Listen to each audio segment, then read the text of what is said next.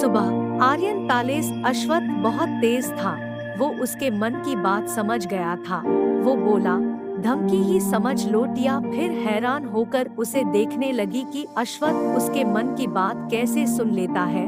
तभी आदित्य रूम में बिना नॉक किए बिना ब्रेक की गाड़ी की तरह घुस आया, पर अश्वत्थ और टिया को एक दूसरे के इतना करीब देखकर उसने फट से ब्रेक लगाया और जल्दी से पलट गया और एम्बास होते हुए बोला, मैंने कुछ नहीं देखा। मैं बता रहा हूँ, मैंने कुछ नहीं देखा। आदित्य को देख टिया भी घबराकर उठने लगी, लेकिन अश्वत्थ ने उसे इतना टाइटली पकड़ रखा था कि वो उठने के बजाय उसके सीने से जा लगी।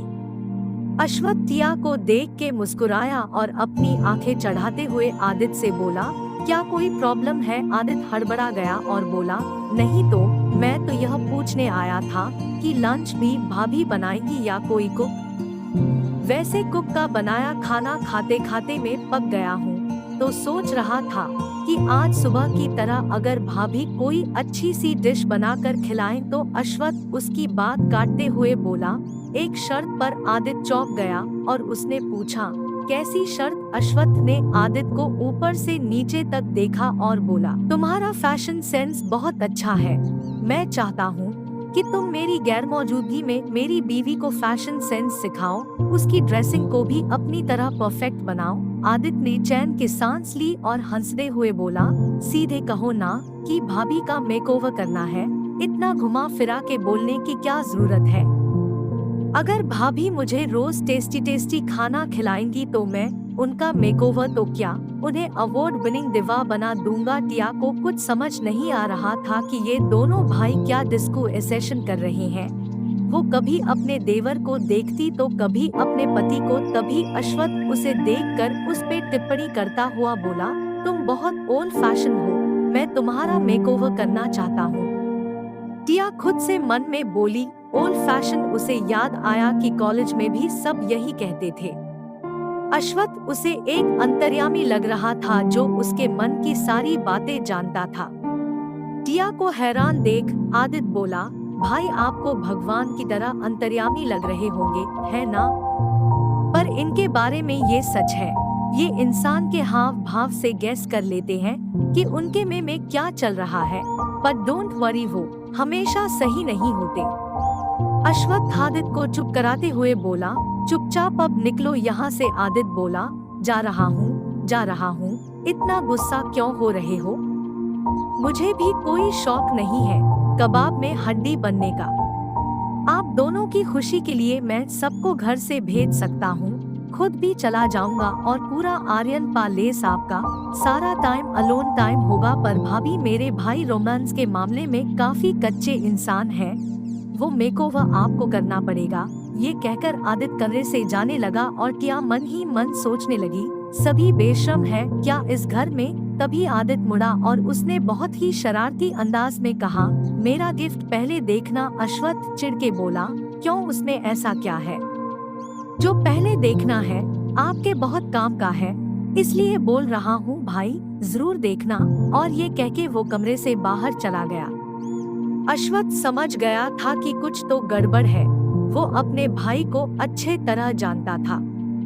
टिया भी आदित्य का गिफ्ट देखना चाहती थी और वो सामने ही रखा था। टिया ने झट से वो बॉक्स खोला और देखते ही हैरान रह गई। टिया ने बॉक्स से गिफ्ट निकाला।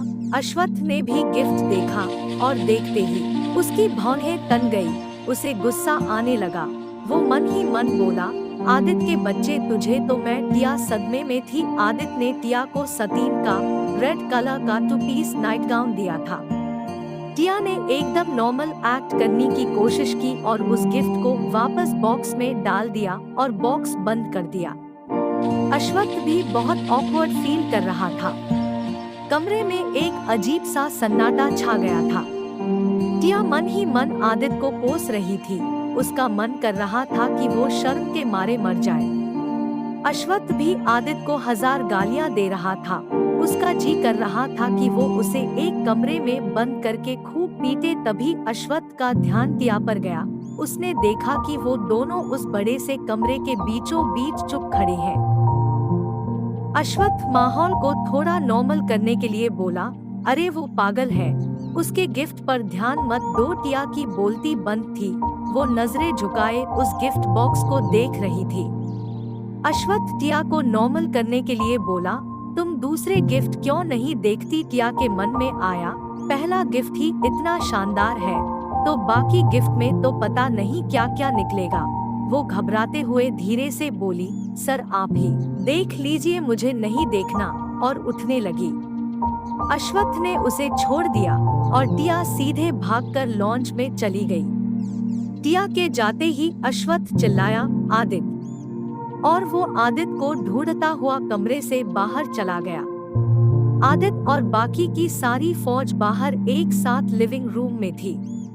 अश्वत्थ वहां पहुंचा और गुस्से में बोला, यह क्या मजाक है आदित्य? सबने उसे देखा। आदित्य मासूम बनता हुआ बोला, क्या हुआ भाई? अश्वत्थ फिर चिल्लाया, तुम्हारी हिम्मत कैसे हुई ऐसा बेहुदा गिफ्ट देने की? अश्वत्थ को नाराज देख आदित्य और हंसने लगा और बोला, आपको पसंद नहीं आया भाई, पर वो आपके लिए नहीं था, वो तो मेरी प्यारी भाभी के लिए था। मैं तो बस इतना चाहता था कि वो आपको रिझाने की कोशिश करे। आप इतना गुस्सा क्यों कर रहे हैं? आपने अपनी मर्जी से शादी की है। दादाजी अपने परपोते या परपोती को देखना चाहते हैं। आपको जल्दी करनी चाहिए और मेरा गिफ्ट इस प्रोसेस को स्पीड अप कर देगा। आदित्य का जवाब सुनकर सब ठाके मारकर हंसने लगे, पर जैसे ही अश्वत्थ ने सबको एक बार गुस्से से देखा तो सब चुप हो गए। आदित्य बोला, कोई आदमी इतनी खूबसूरत बीवी पाने के बाद भी उससे दूर कैसे रह सकता है? मुझे तो ऐसा लगता है कि आप सच में वही हो जो लोग समझते हैं। बस आपने अपना राज छुपाने के लिए शादी की है। अश्वत्थ गुस्से में बोला, तुम्हें मुझ पर शक है कि मुझे औरतें नहीं आदमी पसंद है? पागल हो क्या? हाँ, मैंने उससे शादी की है और अपनी मर्जी से की है, और माना वो खूबसूरत है, पर इसका यह मतलब तो नहीं कि मैं बिना उसकी इजाजत के उसके साथ कुछ भी करूं। मैं इतना भी अश्वत्थ बोल ही रहा था और तभी टिया वहां आई, क्योंकि उसे ओरियन के साथ चेकअप के लिए हॉस्पिटल जाना था। सबने उसे देखा, सबकी नजर उसके गुलाबी पतले होठों पर टिकी हुई थी। अश्वत्थ ने टिया के होठों को बड़ी बेरहमी से काट डाला था और उसके होठों पर जमा हुआ खून साफ दिखाई दे रहा था। टिया बिना अपने होठों को साफ किए ही आ गई थी। रचित आदित्य के सिर पर प्यार से मारते हुए बोला, तुमने तो कहा था कि उनके बीच ऐसा कुछ नहीं हो रहा है, पर यहाँ तो माजरा कुछ और ही है। आदित्य अपना सिर सहलाते हुए कंफ्यूजन में बोला, मुझे क्या पता यह कब हुआ, पर अच्छा ही हुआ, और भाई कुछ तो हुआ, वरना मैं तो यह सोच रहा था कि हमारे भैया से कुछ ना हो पाएगा। बाहर दिन में जब टिया ओरियन के साथ हॉस्पिटल गई तो शुरू में तो वो चुप थी, लेकिन धीरे धीरे जब ओरियन ने उसके साथ अच्छे से बिहेव किया और उसके साथ फ्रेंडली होके रहा तो वो भी ओरियन से बातें करने लग गई थी। वो खुश थी कि कोई उसे बुली नहीं कर रहा था। घर लौटने पर टिया का स्वागत भुक्कड़ आदित्य की फरमाइश ने किया। लंच टाइम हो गया था और छोटे शहजादे को खाना खाना था। टिया ने खुद ही लंच बनाया और खाना टेबल पर आते ही आदित्य खाने पर टूट पड़ा। आदित्य को देखकर ऐसा लग रहा था कि अगर बाकी लोग नहीं भी होते तो वो अकेला भी सारा खाना खा जाता। टिया को भले ही आदित्य को खाना खाते देख थोड़ा अजीब लगा, लेकिन उसे सबके लिए खाना बनाना बहुत अच्छा लगा। रात हो चुकी थी। टिया चुपचाप बेड पर पालथी मारकर स्टैचू बनी बैठी थी और अपने पति को देख रही, जो अपनी फ्लाइट के लिए रेडी हो रहा था। उसकी फ्लाइट रात 12 बजे की थी। अश्वत्थ ने देखा कि टिया उसे एकटक देख रही है। कुछ कहना है तो कहो। टिया एकदम से अपने ख्यालों से बाहर आई और हड़बड़ाती हुई बोली, नहीं। अश्वत्थ उसे देख के मुस्कुराया और उसको भरोसा दिलाते हुए बोला, चिंता मत करो, कोई तुम्हें परेशान नहीं करेगा और तुम चाहो तो मिसेस आर्यन के पावर का यूज कर सकती हो, सब पर हुक्म चला सकती हो मेरी गैर मौजूदगी में। टिया उसे हैरान होकर देख रही थी। अश्वत्थ ने अपना काला ओवरकोट पहना और उसकी तरफ आया और उसके सिर पर हाथ रखते हुए बोला, मैं 2 हफ्ते तक यहाँ नहीं रहूँगा। इसका मतलब यह नहीं है कि मुझे पता नहीं चलेगा तुम क्या कर रही हो। तुम्हें मेरे सारे इंस्ट्रक्शंस फॉलो करने होंगे ताकि तुम सच में वो इंसान बन सको जिसे मैं दुनिया से इंट्रोड्यूस करवा सकूं, वरना तुम तो भीगी बिल्ली की तरह हो। टिया अश्वत्थ की बात का कोई जवाब नहीं दे पाई और कोई लड़की क्या ही जवाब देगी जब उसका पति अश्वत्थ इहित आर्यन हो, दुनिया की सबसे पावरफुल पर्सनालिटीज में से एक ऐसा इंसान जिससे भिड़ने की हिम्मत किसी में ना हो। ना जाने कितनी कंपनियां अश्वत्थ के रहमो करम के दम पर सक्सेस के शिखर पर पहुंची थी। उन कंपनियों की लिस्ट में सहाना राय और अव्यांश खन्ना के परिवार की कंपनियां भी शामिल थी और अश्वत्थ जानता था कि अव्यांश और सहाना टिया के अतीत का दर्दनाक हिस्से थे और जल्द उन्हें उस दर्द का हिसाब चुकाना था। अश्वत्थ टिया से मुस्कुरा के बोला, वैसे तुम चाहो तो अच्छी बीवी की तरह कह सकती हो कि तुम्हें मेरी बहुत याद आएगी।